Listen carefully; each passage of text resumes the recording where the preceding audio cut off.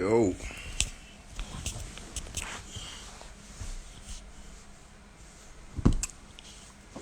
what's happening, people?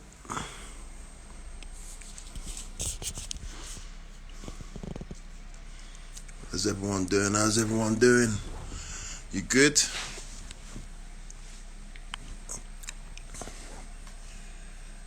Sort myself out here.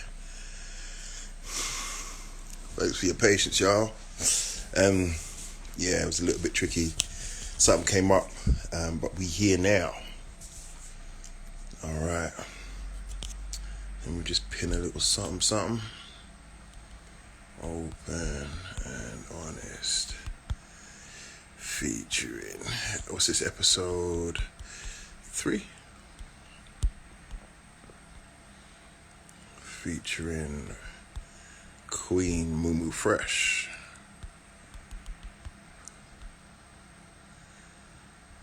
Boom. And comment. Everybody doing good? Just checking in. Good evening. Good evening. Feels like ages since I've seen you lot. Yeah. All right. We'll jump into this. I'll invite her in. Let's see if she's here.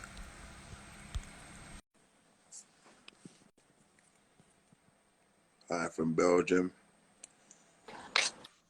Yeah. Come on. Peace. I'm good. It's like, hey, I ain't spoken to you in ages. How you doing? What's been happening? I know it's been a long time. Just lifing out here, doing this life thing, living. That's all. Considered, are you enjoying it? I am. Not every moment of it, but in the moments where I don't enjoy it, I'm grateful. Yeah. Crucial. I'm grateful for it all. Mm-hmm. It's good to see your face. Thanks for picking up for this, my sister. All right, should we jump into this? Let's jump into it. Let's do it. So ready for this, I've been storing my questions up, Jose. Okay, so quick fire round. Here we go. So don't think too hard about this. Just find out. Okay? All right, let's see. Here we go. MJ or Prince? Prince. Why are you thinking? Come on. Don't be like that. You said Prince? Prince. Okay. Fish or chicken? Fish. Oh, singing or rapping? That's not right.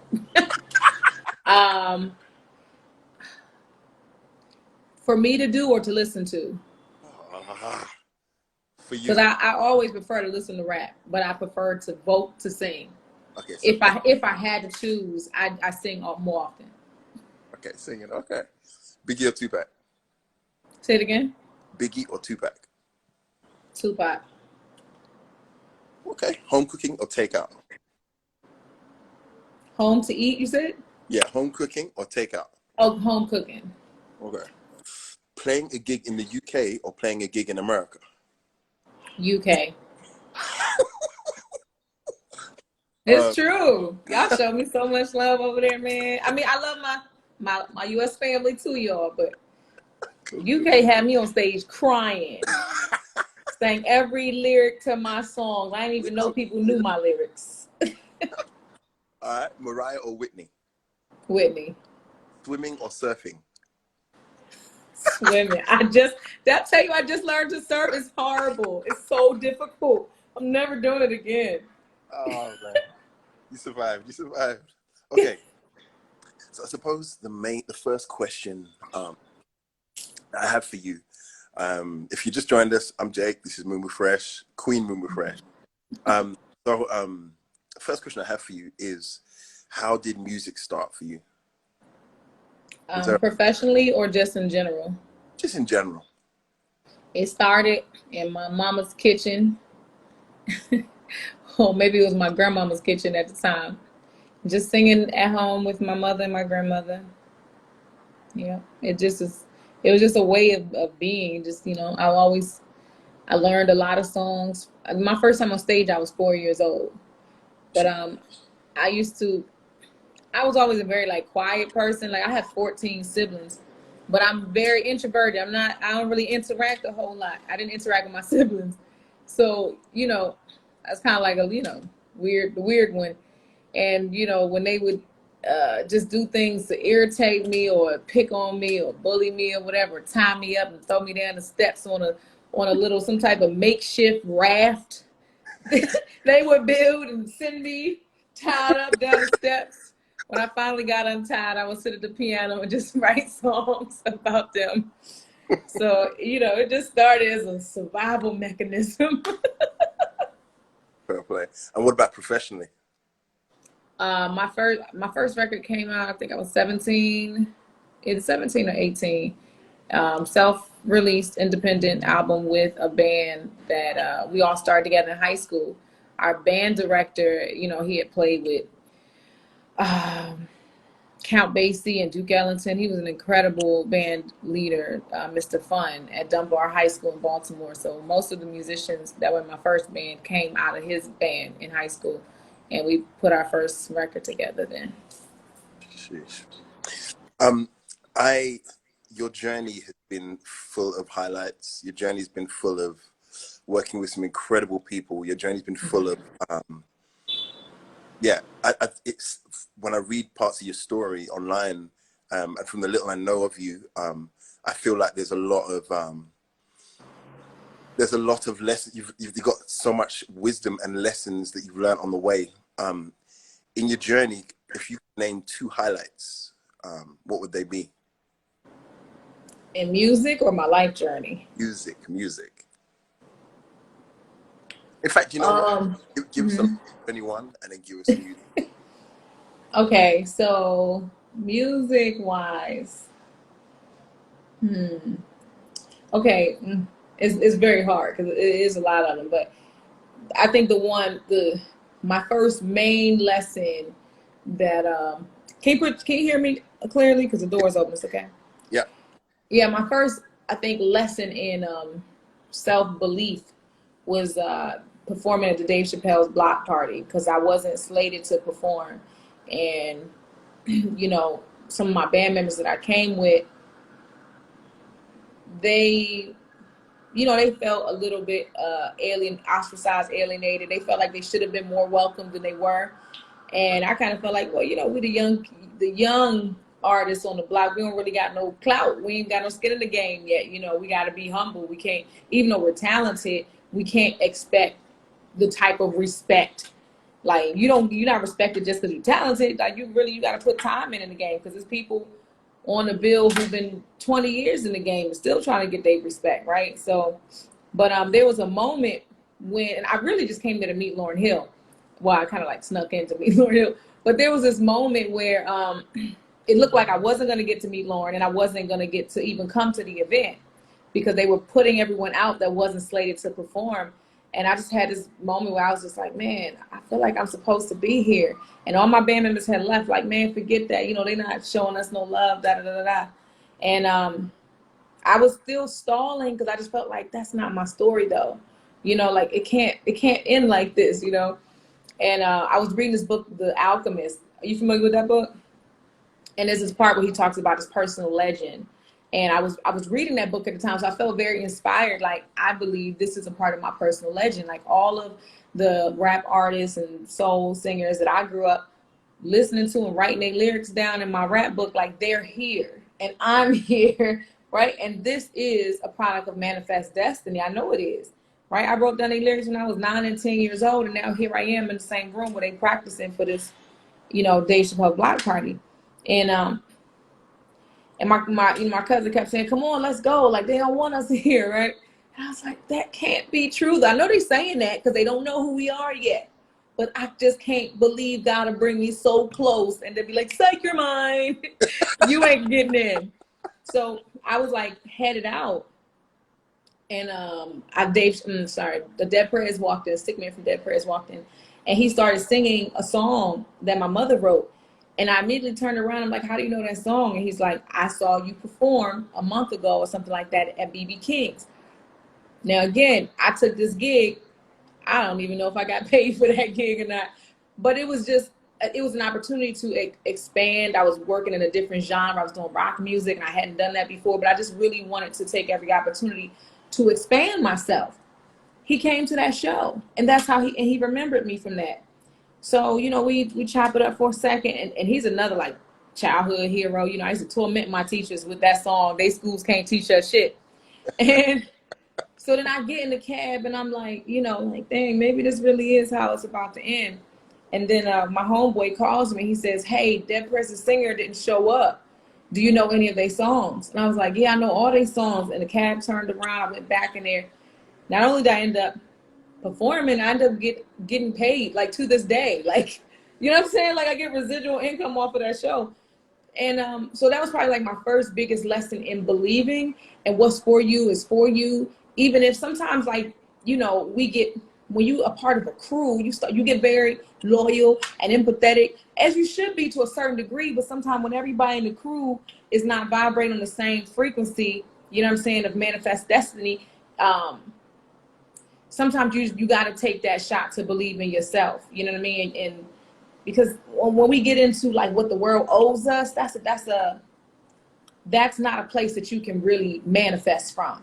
The world don't owe you anything. Nobody owe you. Your parents don't even owe you. You know what I mean? But I'm a creative being. I'm a co-creator with the divine, and I'm going to manifest my destiny. I'm putting this out into the world. I believe I deserve it. I believe it's already mine.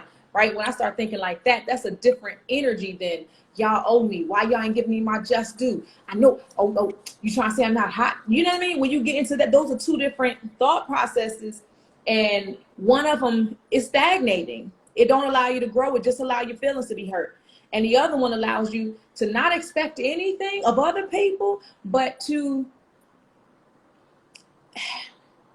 visualize yourself in the place that you want to be and have such a deep sense of knowing and faith in that that's where I belong. I'm in here because I belong here. This is a part of my personal destiny. You know what I mean? My personal legacy.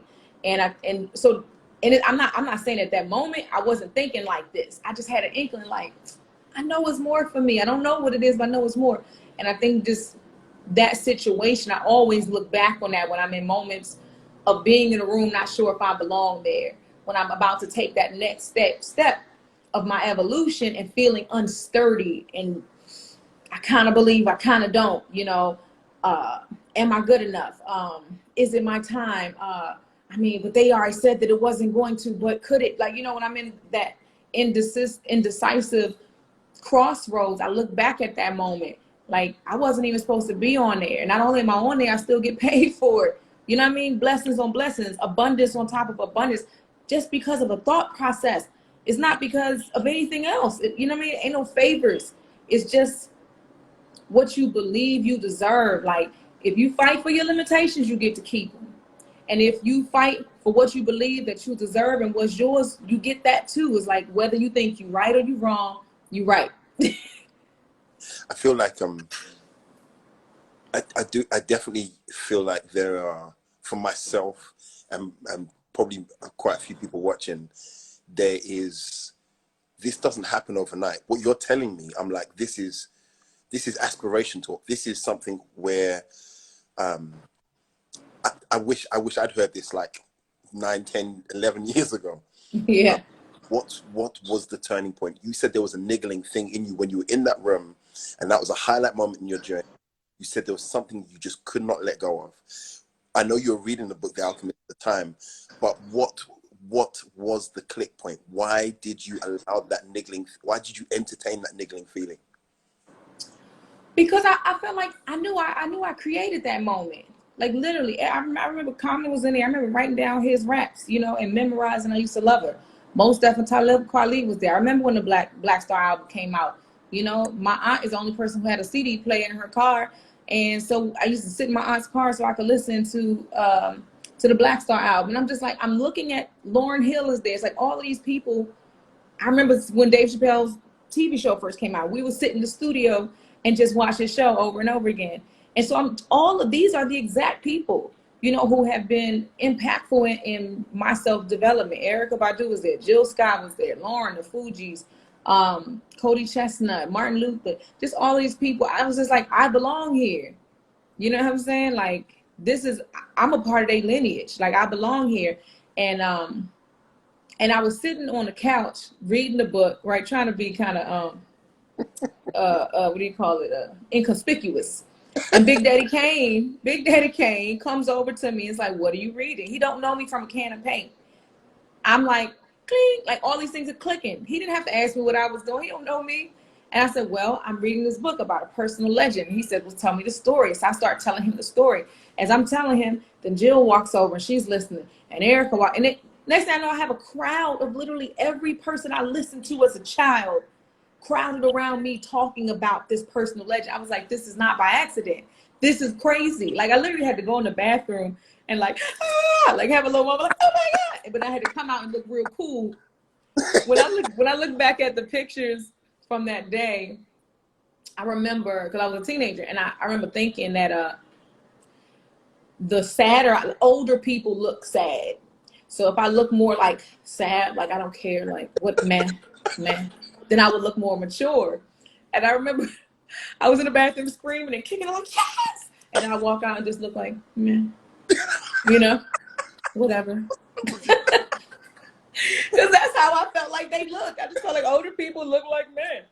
And so and then they, Lauryn, she wasn't there on time. So I was waiting on her. And they was like, y'all gotta clear out before Lauryn gets here. And I'm like, no, I have to meet her. I gotta tell her how much she impacted me. I didn't know any other Black women with their hair natural, which was a big deal because in my house, you could not straighten your hair, period. My mother wasn't going for it. You couldn't put any heat to hair. You had to love yourself the way God made you. You could twist it, you could braid it, but you could not straighten it, period. Anything that mimicked European standards of beauty were not allowed in my house growing up. So it wasn't a lot of role models for me, Black women who didn't have straight hair or have weaves and things like that. But Lauryn, Lauryn had natural hair. She was really conscious. I grew up Muslim. She wasn't Muslim, but she was like, a lot of hip hop during that time was heavily influenced by Islam or by 5%ers or by, on some level. Like, Islam was so much a part of street culture back then. The street culture and hip hop is the same thing, basically. Well, I don't know about now, but back then it was. And so I saw myself in her a lot, and she was one of few. Wasn't a lot of women I could identify with growing up, and my mom was very strict about what kind of music could be played in the house. It had to be revolutionary conscious. We couldn't play nothing that was what she considered to be counter-revolutionary. Anything that was against the evolution of Black and Indigenous people could not be played in the house, period. And my mother loved hip hop, but she was just like, that's counterproductive. Turn it off. You can't play that. That's self-destructive. You can't play that. So I just knew, I'm just like, Lauryn Hill is here. And, I did get to meet her, and tell her I loved her. And, I was probably fangirl a little too much. I definitely was probably doing the most in retrospect. In retrospect, I was doing the most. But, I just knew, I was like, this doesn't just happen. This doesn't just happen. I don't know anyone else who's ever told me that this just happened. I didn't have no management, no label, no nothing. I just ended up in the same room with all of my biggest, people I was, my biggest mentors, icons, whatever, talking to them about my personal legend. Like, come on. Yeah. I suppose it's a twofold question. Number one, where did the name Mumu Fresh come from? And your actual name, just for those watching, tell us your heritage and what it is and where it comes from. Yeah, Mumu Fresh was a name that Black Thought started calling me first when I went on tour with them. Like, my real name is Maimuna Youssef, or sometimes in some traditions they say Maimuna O. And so, a lot of people have a hard time saying the name, pronouncing my name, spelling my name. And so, right. So Moomoo was the easier way, even for the band, you know what I mean? Like, it was easier for them to just say. And I think it was also a play on me trying to fake beatbox on stage sometimes. Because I was like, Black Thought hype girl for all intents and purposes. Because I kind of like, it's like came on as a background singer, but I'm not really a background singer. You know what I mean? So I'm singing, I'm rapping, I'm dancing, I'm running out to the crowd, doing the most, because that's who I am. I don't know how to two-step, shoo-wop. I don't know how to do that. I know how to do the absolute most. So, and luckily, you know, they let me be myself. And so he used to just, you know, I guess he was tickled by me, you know what I mean, doing all this, and like, I'm a B-girl. And I remember, like, my first time going to New York, I got off the train and asked a random stranger who's like one of my best friends now, like, hey, yo, where the ciphers at? He was like, yo, you're like 20, 30 years too late. There are no ciphers. I don't know what TV show you've been watching, but that doesn't happen anymore. But, you know, I was like that kind of like B-girl always, you know what I mean? Since I was like little, I've been rapping since I was like 10, 11, you know. And in my mind, you know, like, I really cherish like the golden era of hip hop, even though I wasn't alive for it. But that's like in my heart. So, okay, so yes, my name Maimuna. Yeah, go. Yeah, exactly. Your heritage. So I was actually named after my mother's college roommate from Sierra Leone. So now when I go to West Africa, people are always like, Memunao. That is my mother's name. That is my sister's name. It is a good name, an old name. Memunao. When I went to Nigeria, everyone was like, you Fulani? I was like, I mean, I'm from West Baltimore. I could be. Who knows? You know how the colonizers played that trick on us. My mom's side though is indigenous. They're Choctaw and Creek, and African American. And my dad's side is African American. But my last name is actually from my stepfather, who's Ethiopian. So I grew up with his family, who's Ethiopian, and then after they separated, my other stepfather is Nigerian. So I just grew up a mix heavily in African culture and Native American culture. Yeah. And you know, so my mother just I have a lot of names, just like my son has a lot of names. All of them are a part of what my destiny is to be on this earth walk, and they're all traditional names. Some of them are indigenous, like native names. Some of them are Islamic names, African names, and they all, you know, the definitions are all just a part of what my walk is. And so, yeah, those are my 7 uncolonized names to explain my galaxy. I'm a galaxy. You're mad. Yeah. I feel like this would be a great point to ask you about your experience, knowing a little bit more about your heritage, knowing a little bit more about the people you looked up to, and the reasons you looked up to them. For example, Lauryn Hill, your experience. I feel like it'd be a crime to have this conversation and bypass just the political turbulence, the lack of unity in your homeland, America, and not, it'd just be a crime to bypass that and not ask you about your experience as a woman, as a Black woman in music. As you've had, as I said you before, your career has been so rich, and I'd be interested to know what your experience has been, and more importantly, what lessons you've learned that have kept you going, being a woman with such a rich heritage in the music industry in America. Well, I think I'm very fortunate to have my mother, because my mother was in the music industry before I was in the industry, so she kind of like let me know when I started going into the business, like, don't forget who you are, where you came from, and what you're here to do. Like, their world is very toxic and is very alluring. Is a land of illusion, and if you don't do the personal work to really tame your ego, they will use your ego to torture you. And you can only serve one master, so decide who that is. You know, and always work for yourself and be in a position where you don't have to compromise. You know, I remember her telling me, like, a lot of the people that you enjoy and a lot of famous artists that you look at, they don't own themselves. And so there's only They won't be able to join the movements and the causes, and there's only but so much that they'll be able to do. They won't be able to be the authentic versions of themselves because they're bought and sold already, you know. And so my mom is the one who put the idea in my mind of staying independent and not signing on, so that you can be free when the time comes, so you can, you know, do God's work. You don't want to have to choose between your boss's work and God's work. When the time comes and you're guided to move a certain way, you need to just move that way and not have to ask for permission. You know, can I, you know what I mean? Can I do what's right for my people now? Can I, you know, can I show young Black girls how to stand up tall? Is it okay with you? Those types of things.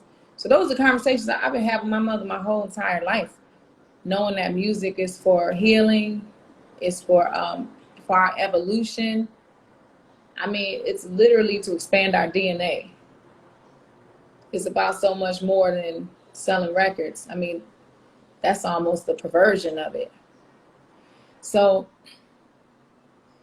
I had those things in my mind, but you know, when you're young, you hear it, but you don't really know what those things mean. It takes time for them to fit into place, and for you to truly have the faith to go head to head with real live vampires and win. And not win because you fighting fire with fire, but you're fighting fire with water, because we are water. We're water beings. We're water. You know what I mean? And water has the ability to take on many different forms, right? My good friend Cora always talks about this. We talk about water being ice, being a liquid, being gas, being steam. And these are all of the things that we have to do because we're in a toxic environment that only cares about what we can produce and would step over the human, sacrifice the human, the spirit. Who cares what happens to the spirit as long as you make us some money? And when we're done with you, we'll step over you and find someone else to make us some money. You get what I'm saying? And because I was like real clear about that, and I saw things so clearly. I was not under the illusion or the influence. I always stayed very clear-headed. And I'm talking about clear from substances, clear from ego, you know. And I desire to live on the righteous path. It's not to say that I don't stumble and there aren't moments where it's not clear, where you know, you feel disconnected or you confused. But I've always, in this journey in music, I always come back to myself because I know where my starting point is. I know where center is. So I know if I get too far left or too far right, I know I'm too far left or right because I know where center is. When you don't know where center is, you have no sense of where you are on the spectrum.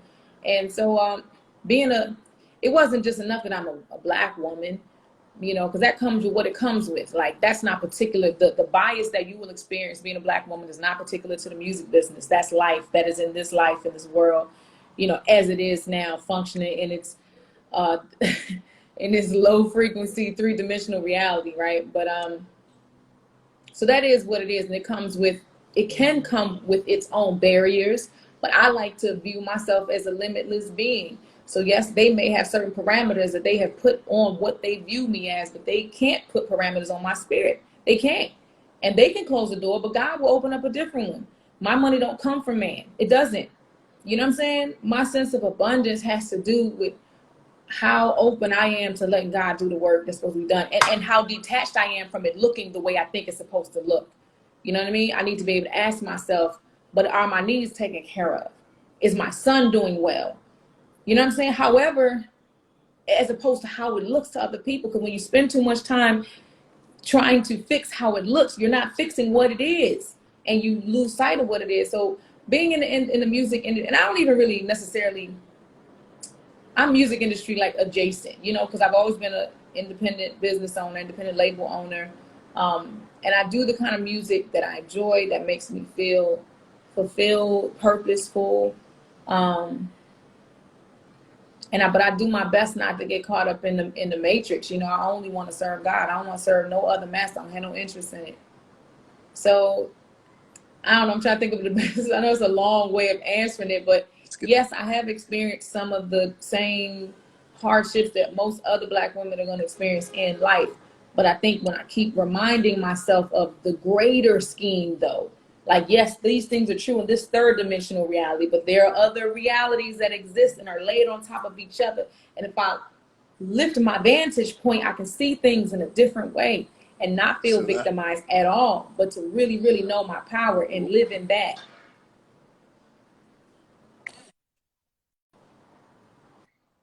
Can you hear me?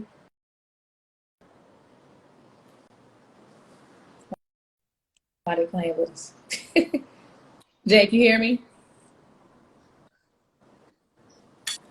I know you're.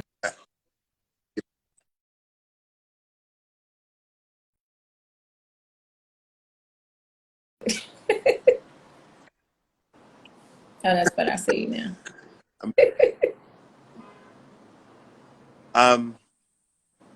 Mumu, you are your wisdom is just oozing. You're overflowing with just a load of fresh thinking, fresh for many. And I'm sitting here honestly going, this is such a privilege just to hear your heart, hear your experience, and hear you. I feel like you're saying a lot, but there's even stuff that you're not saying, which is speaking just as loud. And honestly, I mean this, and I'd me by now to know that I'd say this to you whether we were on a live or not. I'm grateful. I'm so grateful that you're willing to share this stuff, speak openly about this stuff, because this is the kind of stuff that helps people, find their center. Keeps them going. Yeah. And I honor you, man. I just probably just want to say I respect you, and Thank you so much, Jake. Represent seriously. I suppose, sheesh, there's a lot to chew on. What I would love to know is, it feels like you're troubling the water, you're stirring the water now in terms of just output, and what's next for Moomoo? What happens next? I feel like you've got something up your sleeve, and everybody keeps saying that. I mean, I don't know. I have a couple of albums that are done already. We are going to start releasing music next month. I've been out the country just on a sabbatical. I've been just sitting with myself, sitting out on the porch, putting my feet in the earth. I've been going to the playground, digging a little hole, putting my feet in the dirt so I can earth. I know the kids must think I'm really crazy. And sitting by the ocean, just praying and just being still, I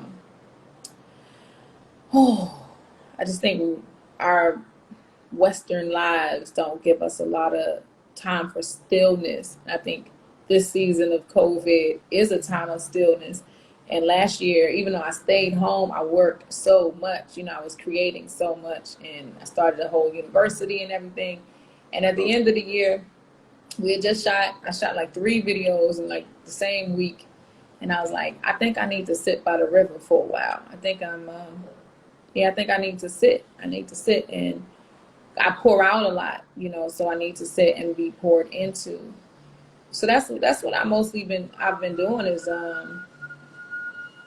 just filling up and being quiet and,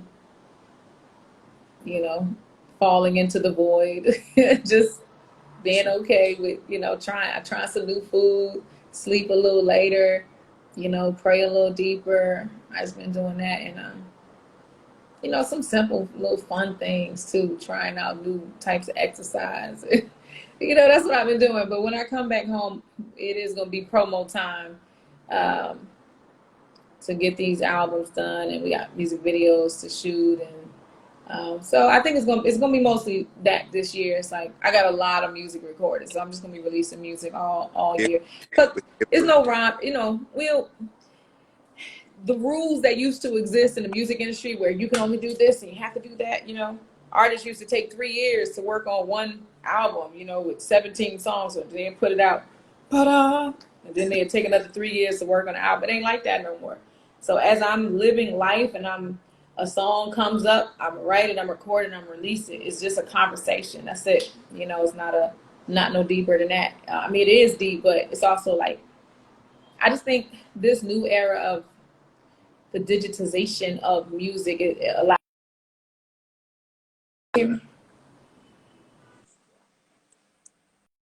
Oh, is it doing it Sunday again? evening Wi-Fi as well.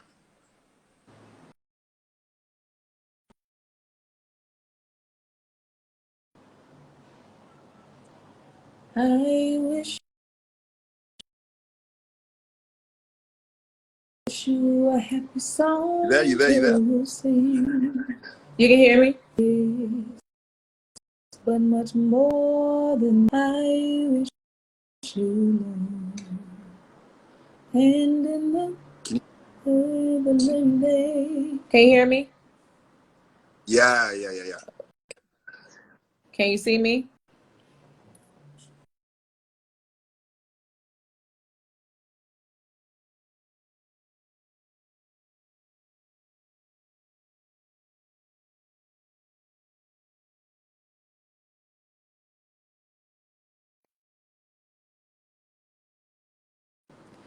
You and I were never meant to be.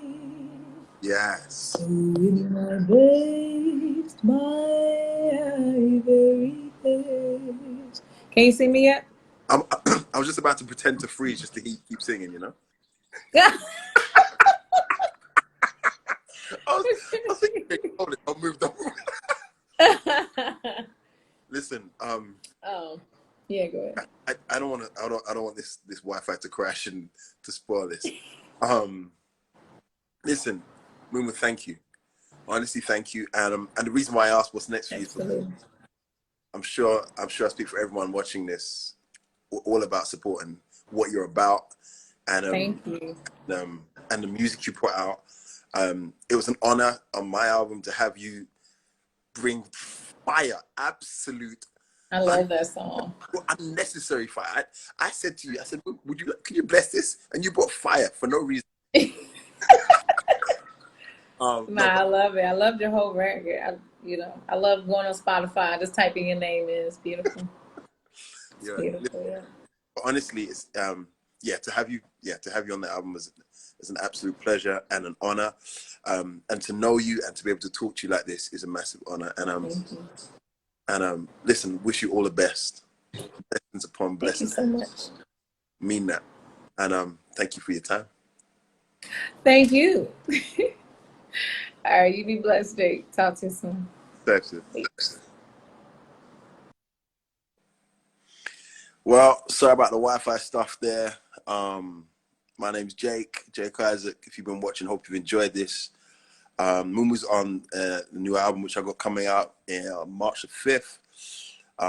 And she's also featured on a couple of other fire tracks. Listen, have a great Sunday evening. Sorry it was late again. And nothing but love. Really hope that inspired you. Look out for next guest that I announce. And please support her. And feel free to stay in touch, and hopefully we'll catch up soon. And I'll do some more of these open and honest chats and release more music. And nothing but love to all of you. I'm genuinely inspired, and I hope you are too. You take care. Have a fantastic evening.